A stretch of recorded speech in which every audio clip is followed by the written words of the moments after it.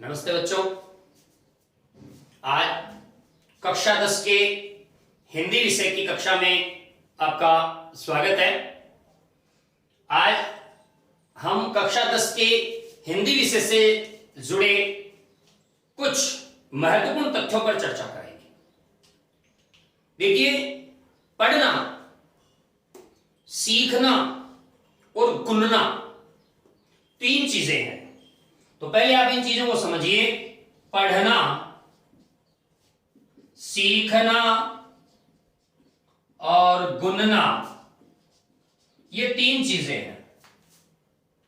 कक्षा 6 में कविता चला करती है, हे मातृभूमि हमको ऐसा वर दो, पढ़ लिख कर हम गुनना सीखें। गुनना सीखें मतलब सीखने की अंतिम प्रक्रिया गुनना है। तो हम इस वीडियो के माध्यम से या मेरे इन वीडियो के माध्यम से आपको मैं केवल पढ़ाऊंगा नहीं, आपको सिखाऊंगा और आपको सीखा हुआ गुनने पर विवश कर दूंगा।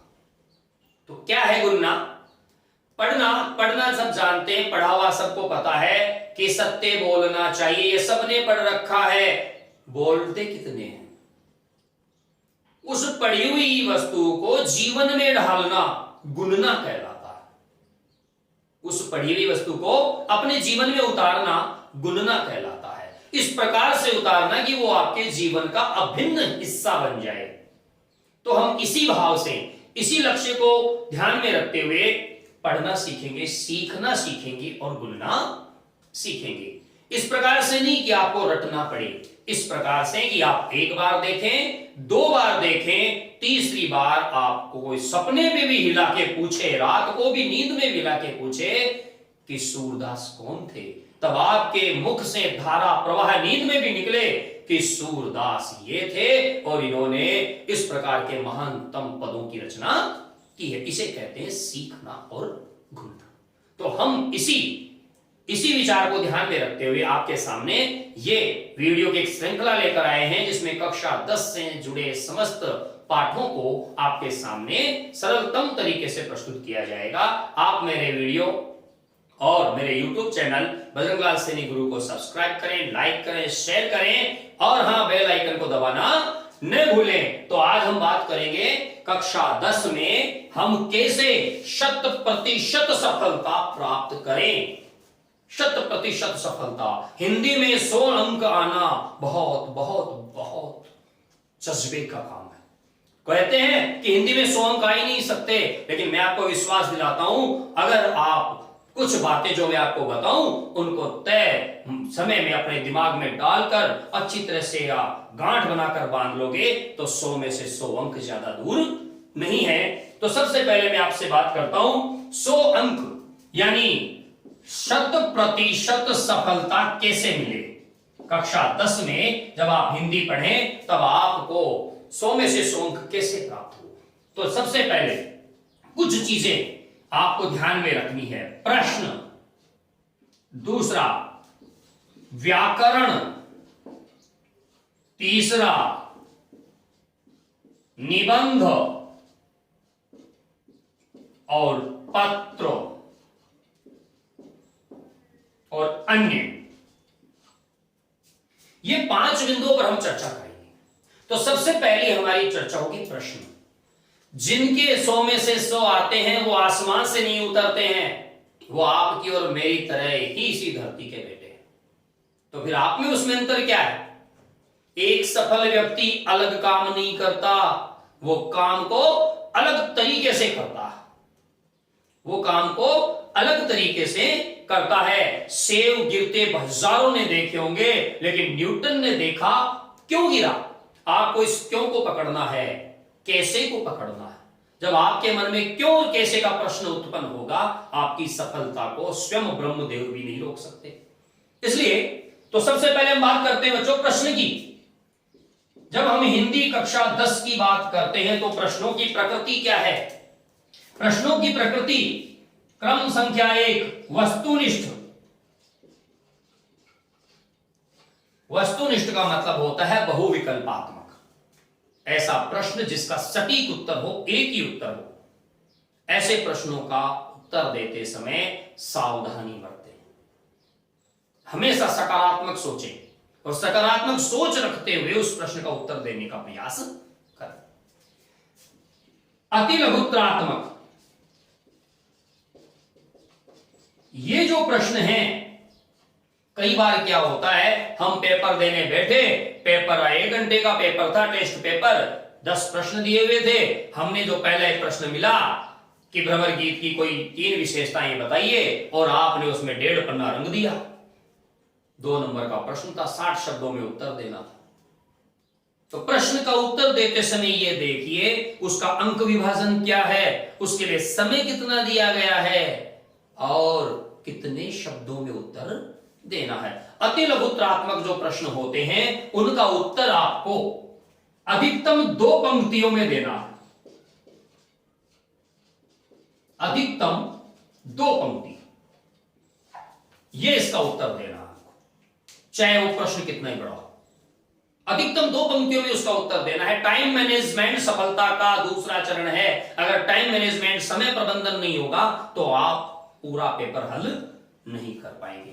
जहां आपको 2 पंक्तियों में उत्तर देना था उसकी जगह आप 3 पैराग्राफ में उत्तर दे रहे हैं, और जहां 3 पैराग्राफ में उत्तर देना था वहां समय इतना ही बचा कि आप मुश्किल से 4 लाइन लिख पाए और बाहर आकर अफसोस जताया कि ये 5 मिनट का समय और मिल जाता तो इस प्रश्न की मैं धज्जियां उड़ा देता, लेकिन अब तो आपकी उड़ गई ना। तो प्रश्नों में समय का प्रबंधन ध्यान रखिएगा।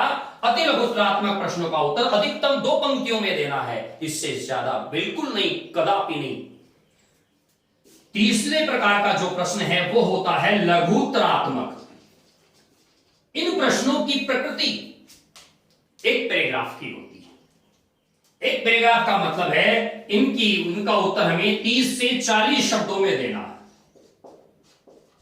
30 से 40 शब्दों की काउंटिंग कैसे करें, कैसे पता लगे, गिनने बैठे क्या? नहीं, आपको गिनने नहीं बैठना है। आपको एक दिमाग में एक बात रखनी है कि जो बोर्ड के द्वारा मुझे कॉपी दी जाएगी उसकी एक पंक्ति में 8, अधिकतम 8 शब्द लिखे जाते हैं। एक औसत की बात कर रहा हूं मैं। हल्के छोटे अक्षर लिखने वाले 10 शब्द भी लिख देते हैं, तो मोटे मोटे पहाड़ बैठाने वाले 4 ही शब्द लिख पाते हैं।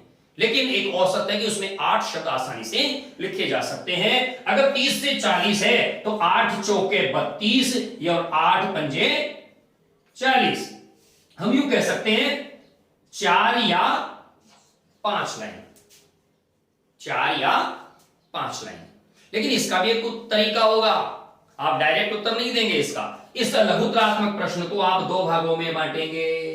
कैसे? शुरू की 2 पंक्ति में पूरा उत्तर, 2 पंक्ति में पूरा उत्तर, जैसे लघुत्रात्मक में दिया ना आपने, वैसे अति लघुत्रात्मक जो उत्तर दिया आपने 2 पंक्ति में, तो लघुत्रात्मक में भी वही काम करना है कि शुरू की 2 पंक्ति में आपको उसका पूरा उत्तर देना, संक्षेप में, शॉर्ट में। फिर 3 या 4 जो पंक्ति बचती हैं, ये 5 या 6 लाइनें होती हैं, तो 3 या 4 पंक्ति है, उसमें उस उत्तर का हमें विस्तार करना है। जो आपने 2 पंक्तियों में उत्तर दिया उसी 2 पंक्तियों को विस्तार पूर्वक समझा के लिखना है। आपके अंक काटने की क्षमता किसी भी परीक्षक में नहीं होगी। गलती आप करेंगे तो ही सजा मिलेगी। आपने गलती नहीं करी, सजा देने का अधिकार ईश्वर को भी नहीं है। तो आप ध्यान रखिए, जो लघुत्रात्मक प्रश्न है 30 से 40 शब्दों में इसका उत्तर दिया जाएगा। ज्यादा भी कई बार क्या होता है कि शब्द सीमा 60 शब्द तक बढ़ा दी जाती है, तब भी आपको यही तरीका अपनाना है कि शुरू की 2 पंक्तियों में आपको पूरा उत्तर देना है, शॉर्ट में, संक्षेप में, और बाद के 4-5 जो पंक्तियां होंगी उसमें उसका विस्तार करना है। फिर बात करते हैं हम, अगला जो प्रश्न है वो प्रश्न होता है निबंधात्मक। निबंधात्मक प्रश्न। इस निबंधात्मक प्रश्न को आपको ध्यान रखना है कि इस निबंधात्मक प्रश्न को मैं देखिए यहां लिख देता हूं। इस निबंधात्मक प्रश्न का उत्तर कैसे देना है आपको? मुझसे क्यों पूछ रहे हो भाई? इसी में साफ लिखा है निबंध आत्मक। जिसमें निबंध की आत्मा है। निबंध कैसे लिखते हो आप? कैसे लिखते हो निबंध? जैसे आप निबंध लिखते हो, सबसे पहले हम क्या लिखते हैं निबंध में? भूमिका लिखते हैं कि नहीं? निबंध की प्रस्तावना लिखते हैं। तो वैसे ही इस प्रश्न का एक पैराग्राफ, एक अनुच्छेद, एक पैराग्राफ में इस प्रश्न के उत्तर की भूमिका लिखिए। उत्तर मत लिखिए। पर्यावरण प्रदूषण पे है तो पर्यावरण प्रदूषण के बारे में थोड़ी बहुत सामान्य जानकारी दीजिए, उसकी भूमिका लिखिए, प्रस्तावना लिखिए उसकी। दूसरे अनुच्छेद में यानी पैराग्राफ नंबर 2, इसको हम बोलते हैं P1 और ये है P2, पैराग्राफ 2। दूसरा पैराग्राफ जो होगा इसके हम भाग करेंगे 2। प्रश्न कितने हैं? निबंधात्मक में कई बार क्या होता है, एक से अधिक प्रश्न होते हैं। 2 प्रश्न है तो 2 भाग कर लीजिए, 1 प्रश्न तो 1 रहने दीजिए। ये पैराग्राफ बड़ा पैराग्राफ होगा। ये पैराग्राफ 7 से 8 पंक्ति का होगा और जो P1 था वो 3 से 4 पंक्ति का होगा। यानी आपको उस प्रश्न की भूमिका 3-4 पंक्तियों में बना के रखनी है। फिर दूसरे पैराग्राफ में P2, दूसरे पैराग्राफ में जो आपने भूमिका बनाई उसका विस्तार से वर्णन करना है। ठीक है। फिर हम बात करेंगे P3 की, वो 3 से 4 पंक्ति P3 में आपको काम में लेनी है। और इसमें जो आपने अब तक लिखा है उसका निष्कर्ष लिखना है, वास्तविक उत्तर, निचोड़ लिखना है। यह होता है निबंधात्मक प्रश्न के उत्तर देने का तरीका। इस तरीके से उत्तर दीजिए, कभी भी आपके अंक काटने की क्षमता किसी भी परीक्षक में नहीं है। यह हमेशा ध्यान में रखिएगा। इसको एक बार दोबारा समझिए आप। भूमिका में पहला अनुच्छेद जो काम में लिया, आपको उसका उत्तर देना है 3 से 4 पंक्ति में। किसी भी प्रश्न की भूमिका बनाकर उसका सामान्य परिचय देकर उस प्रश्न के बारे में स्पष्ट करना है 3 से 4 पंक्ति में। ठीक है। दूसरे पैराग्राफ चेंज करना है। दूसरे पैराग्राफ में आपको 7 से 8 पंक्ति में उस प्रश्न का विस्तार से उत्तर देना है। अगर प्रश्न के 2 भाग हैं तो 2 पैराग्राफ बना के अलग अलग उत्तर देना है। एक ही प्रश्न है तो एक प्रश्न में उसका उत्तर, एक पैराग्राफ में उसका उत्तर देना है। P3 यानी तीसरा पैराग्राफ, आपने जो P2 में लिखा उसका निष्कर्ष P3 में लिख दीजिए। कैसे लिखेंगे? मान लीजिए आ जाए ऐसा कोई प्रश्न, जैसे राम लक्ष्मण परशुराम संवाद, ये पाठ है आपके। उस पाठ में एक प्रश्न है, क्रोध और विनय में दोनों में श्रेष्ठ कौन है? कृपया तर्क सहित उत्तर दीजिए या अपने मतानुसार उत्तर दीजिए, या इनके बारे में आप क्या सोचते हैं। तो इसको समझिए, क्रोध और विनय में श्रेष्ठ कौन है, एक प्रश्न। दूसरा प्रश्न, अपना मत स्पष्ट कीजिए, आपके अनुसार क्या सही है, ये दूसरा प्रश्न। इसमें 2 प्रश्न है। तो पहला जो पैराग्राफ होगा P2 का, उसमें आप बताओगे कि क्रोध और विनय में दोनों में श्रेष्ठ कौन है।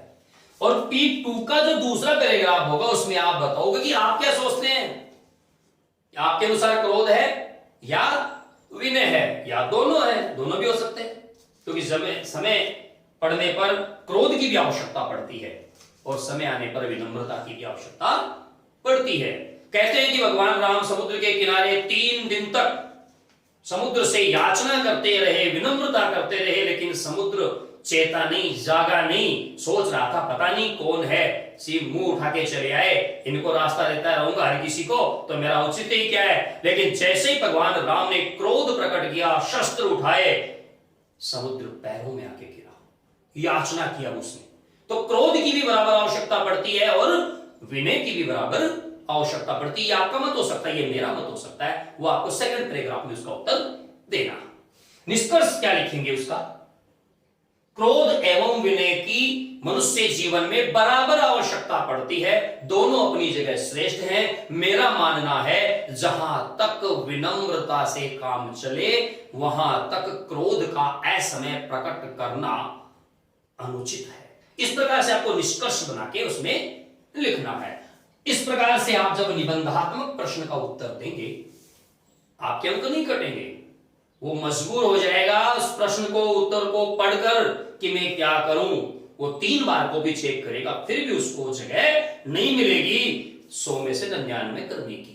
ये आप दिमाग में रखिएगा। जब हम बात कर लेते हैं प्रश्नों की, तो प्रश्नों के बाद हम बात करते हैं व्याकरण की।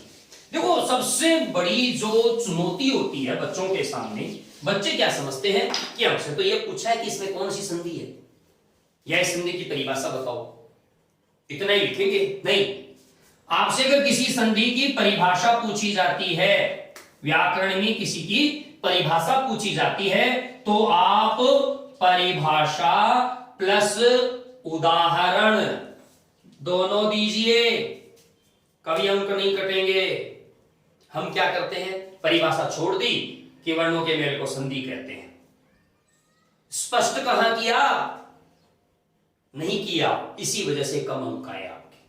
अब नहीं आएंगे, मेरा वादा है आपसे कि अब आपके अंक कम नहीं आएंगे। आपसे जब परिभाषा पूछी जाती है या संधि को स्पष्ट कीजिए, समास को स्पष्ट कीजिए, तब आपको परिभाषा के साथ उसका उदाहरण भी देना है, और उदाहरण को भी स्पष्ट करके देना है कि राम अवतार का रामावतार कैसे हुआ। आपको बताना होगा कि मैं में ए था, सामने ए था, और दोनों मिलकर आ हो गया, और इसमें दीर्घ स्वर संधि है। विश्व के किसी भी परीक्षक में इतनी सामर्थ्य नहीं है कि वह आपके अंक काटे। तो आपको यह चीज का विशेष ध्यान रखना। दूसरा प्रश्न क्या होता है, ऐसे पूछा जाता है, कोई भी एक बिंदु दे दिया गया, जैसे चतुर बालक, रेखांकित पद का बताइए कौन सा विशेषण है, या रेखांकित पद में विशेषण को परिभाषित कीजिए, या रेखांकित पद का पद परिचय दीजिए। तो आपको वहां ध्यान रखना है, रेखांकित के बारे में ही चर्चा करनी है, किसी और के बारे में चर्चा नहीं करनी है। अगर हम ये बात करें तो इसका आप आराम से पद परिचय जब देते हैं तो लिखेंगे, पहली बात तो ये क्या है, विशेषण है। तो विशेषण का आप सबसे पहले तो लिखेंगे प्रकार। तो ये हो गया गुणवाचक विशेषण। अब देखिए किसके साथ आया है, बालक के साथ। बालक क्या है, पुल्लिंग। बालक क्या है, एक वचन। किसकी विशेषता बता रहा है, बालक की। बालक की विशेषता बता रहा है। आपको सारी बातें बतानी। हालांकि प्रश्न में केवल 2 पदों के आधार पर, 2 बिंदुओं के आधार पर पद परिचय देना होता है, लेकिन 2 के चक्कर में ओवर कॉन्फिडेंट में मारे जाओगे। हो सकता है कि 2 में से 1 गलत हुआ और 2 में से नंबर आया 1। आप 3 लिखिए, 4 होते हैं, चारों लिखिए, चारों में 2 तो सही होंगे, उत्तर पूरा दीजिए। कभी भी उत्तर को अधूरा मत छोड़िए, आपकी सफलता असंदिग्ध है। व्याकरण के बाद हम बात करते हैं निबंध की। निबंध में देखिए 10वीं कक्षा में उसका प्रारूप दिया हुआ आता है। आपको अपने मन से प्रारूप नहीं बनाना पड़ता है, पहले से दिया हुआ आता है। तो अब क्या करें, क्या करें, उसमें जितना पूछा है उतना ही जवाब देना। अत्यधिक विस्तार भी निषिद्ध है और अत्यल्पता भी निषिद्ध है। आपको जो निबंध देना होता है वो 250 से 300 शब्दों में लिखना होता है। हम उसको अधिकतम मानते हैं, 300 मान लेते हैं। 300 में हम जब 8 का भाग देते हैं तो लगभग 38 लाइनें होती हैं। 38 लाइनें। 38 लाइनें कितनी होती हैं, एक कॉपी में 24 लाइनें होती हैं, मतलब 1.5 पन्ना, एक साइड और दूसरी साइड आधा। उनमें आपको 4 बिंदु है तो 4 लाइनें और जोड़ लेनी है। इस प्रकार से उसका उत्तर देना है। पहला बिंदु जो है उस पहला बिंदु का नाम लिखा और ऐसा उसमें हाईलाइट कर दिया। और उसके बाद लिखना शुरू किया। तो हम लिखना जब शुरू करते हैं तो बहुत बड़ी गलती करते हैं, उसको आप ध्यान दीजिए, आप गलती मत कीजिएगा। कैसे लिखें इसको? जैसे मान लीजिए मैं कागज बनाता हूं, यहां पर ये कॉपी का पन्ना है, ये हाशिया, हाशिया जानते हैं ना आप, एक लाल सी लाइन खींची हुई होती है, उसे हाशिया कहते हैं। और फिर ये उसकी लाइनें हैं, ऐसे।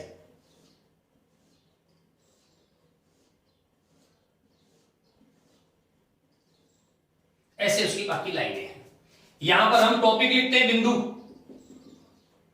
निबंध, जैसे मान लीजिए निबंध है, या निबंध का कोई बिंदु लिख दिया। अब उसका पहला टॉपिक यहां लिखेंगे हम। पहला टॉपिक क्या है?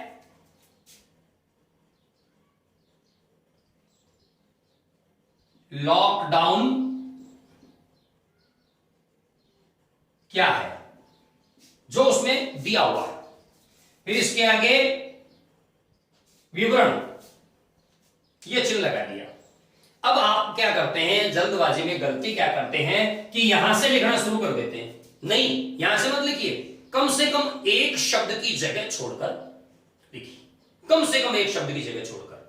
और अगर टॉपिक बिंदु इतना ही है, यहां पे बिंदु खत्म हो गया, तो यहां से लिखना शुरू कीजिए, यह सही तरीका। बिंदु आगे तक चला गया तो आपको एक शब्द की जगह छोड़कर लिखनी है। बिंदु लाइन में, पेज में आधे तक ही है, तो उससे आगे लिखना शुरू करना, नीचे वाली लाइन में, नीचे वाली लाइन में। जैसे मान लीजिए बिंदु यहां तक लिखा गया और यहां पर आपने निर्देशक चिन्ह लगा दिया, विवरण चिन्ह लगा दिया, तो फिर आपको यहां से लिखना शुरू करना।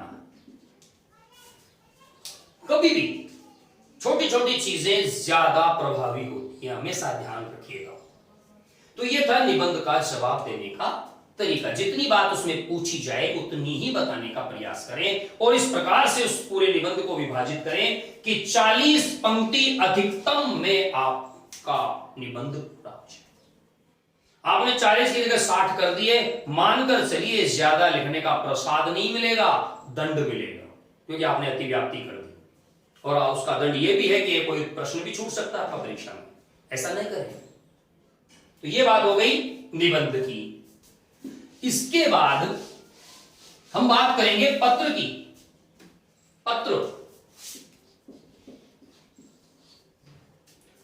पत्र में सर्वाधिक महत्वपूर्ण है उसका प्रारूप, फॉर्मेट। आपने पत्र में कौन सा प्रारूप काम में लिया है? अब पत्र के प्रारूप कितने हैं? मुख्यतः मैं आपको 2 बताऊंगा, उन दोनों में से आप किसी भी प्रारूप का चयन कर सकते हैं। पहला प्रारूप तो क्या है, थोड़ा बड़ा बनाना पड़ेगा क्योंकि लिखना भी होता है। मान लीजिए ये अपने पास एक पृष्ठ है और इस पे अपने को क्या लिखना है? पत्र लिखना है। ये इसका हाशिया है और ये बीच में इसकी लाइनें हैं। इस प्रकार से हम इसकी लाइनें बना लेंगे। आपको तो बनाने की आवश्यकता नहीं है, सरकार ने जो कॉपियां बनाई है ना उसमें पहले से बनी बनाई लाइनें आएंगी, लेकिन यहां बना लेते हैं। पहला प्रारूप तो यह है कि आप यहां पर तो लिखिए पत्र। एक विशेष बात, पत्र हमेशा नए पृष्ठ से शुरू करना, हमेशा नए पृष्ठ से। पृष्ठ के बीच में से, नीचे से अगर आप पत्र शुरू करते हैं तो, क्योंकि पत्र की एक खासियत है, एक नियम है कि उसको उसी पन्ने पे समझ आना चाहिए, उसको दूसरे पन्ने पे नहीं जाना चाहिए। अगर आप बीच में से शुरू करेंगे तो उसका आधा भाग दूसरे पन्ने पे जाएगा। समग्रता से प्रेक्षक उस चीज को आकलन नहीं कर पाएगा, उसका आकलन नहीं कर पाएगा। इसलिए जैसे मान लीजिए आपने यहां पर लिखा सेवा में, एक विशिष्ट बात का और ध्यान रखिएगा, सेवा और में दोनों अलग हैं, कई मिला के लिख देते हैं, नहीं। तो इसमें सेवा में अगर आप यहां लिखकर इसके ठीक नीचे श्रीमान लिखते हैं तो आपको सारी चीजें इसी सीक्वेंस में लिखनी पड़ेगी। विषय भी यही लिखना पड़ेगा, महोदय भी यही लिखना पड़ेगा, सब कुछ इसी सीक्वेंस में लिखनी पड़ेगी। लेकिन अगर आप ये श्रीमान, ये जो अल्प विराम है, इस अल्प विराम के नीचे वाली पंक्ति में इसके नीचे से शुरू करते हैं।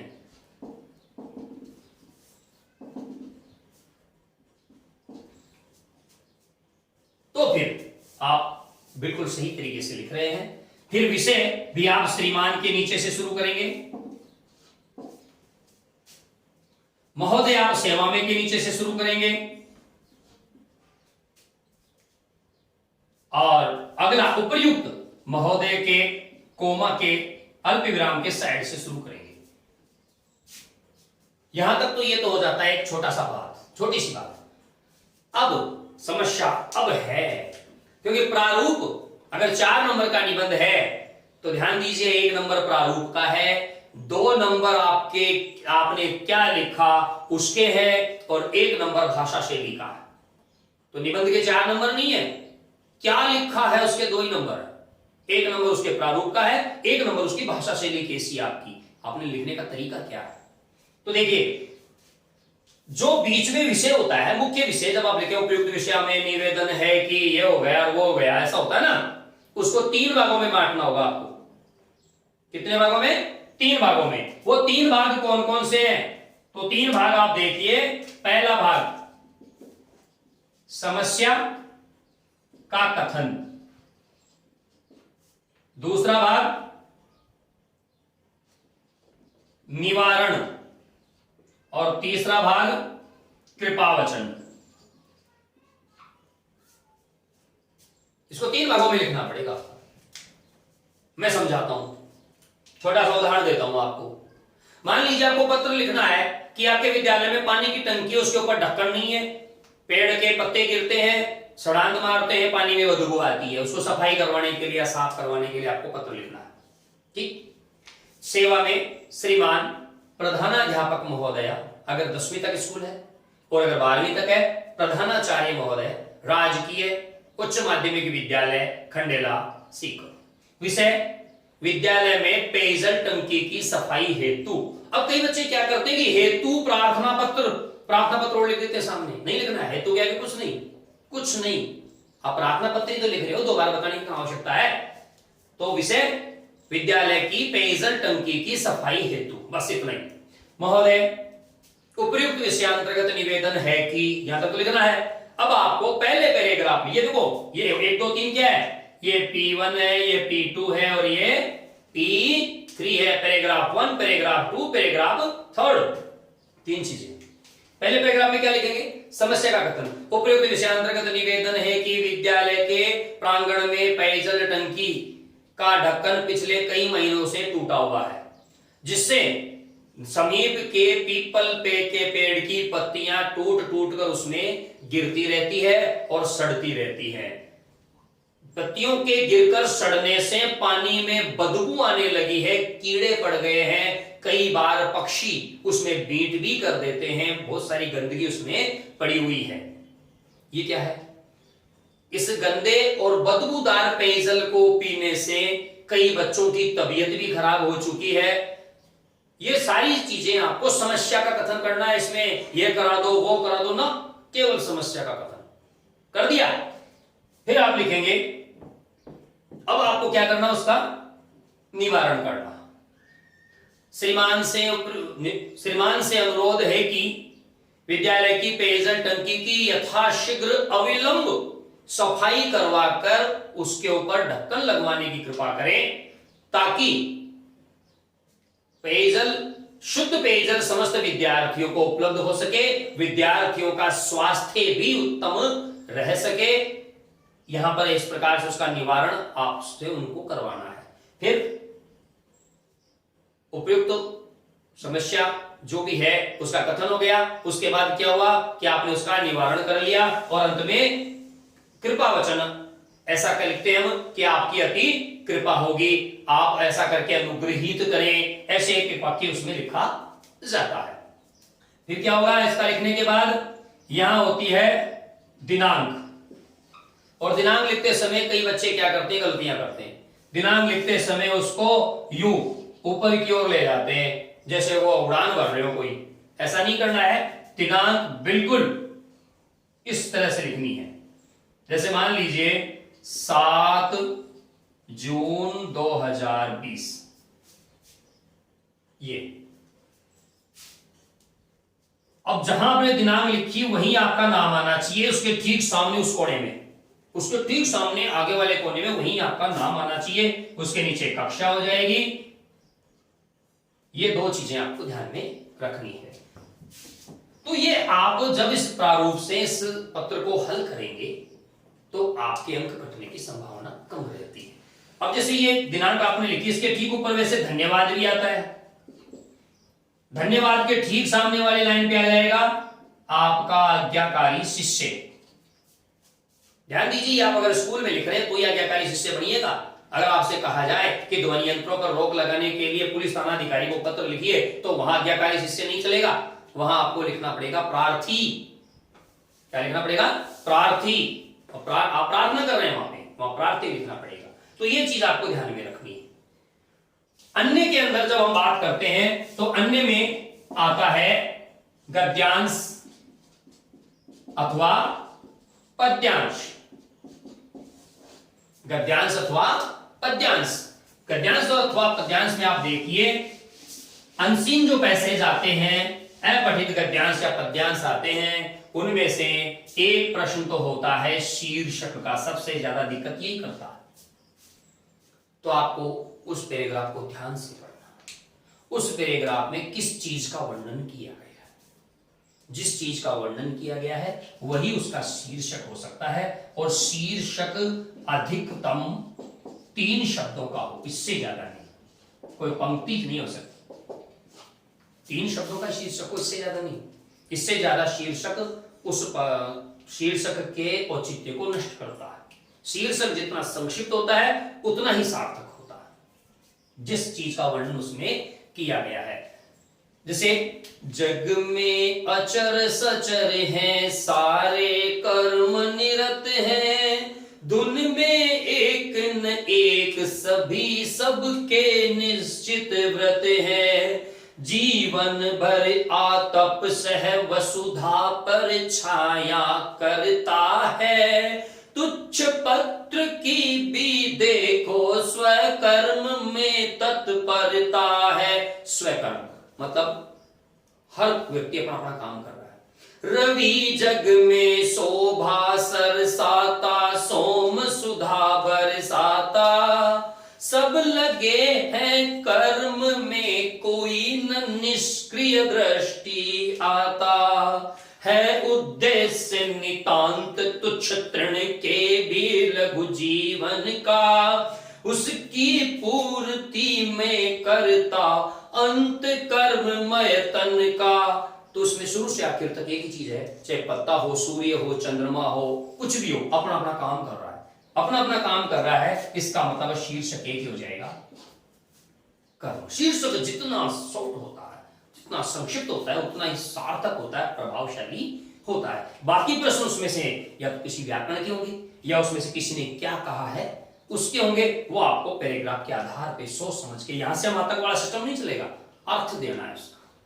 तो इस प्रकार से आप अगर प्रश्नों को हल करते हैं तो आप मानकर चलिए आपको शतक वीर बनने से कोई नहीं रोक सकता।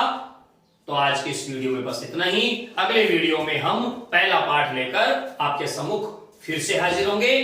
तब तक के लिए आप मेरी इन बातों पर विचार कीजिएगा, सब्सक्राइब कीजिएगा, लाइक कीजिएगा, शेयर कीजिएगा, और हाँ, बेल बटन दबाना मत भूलिएगा। धन्यवाद।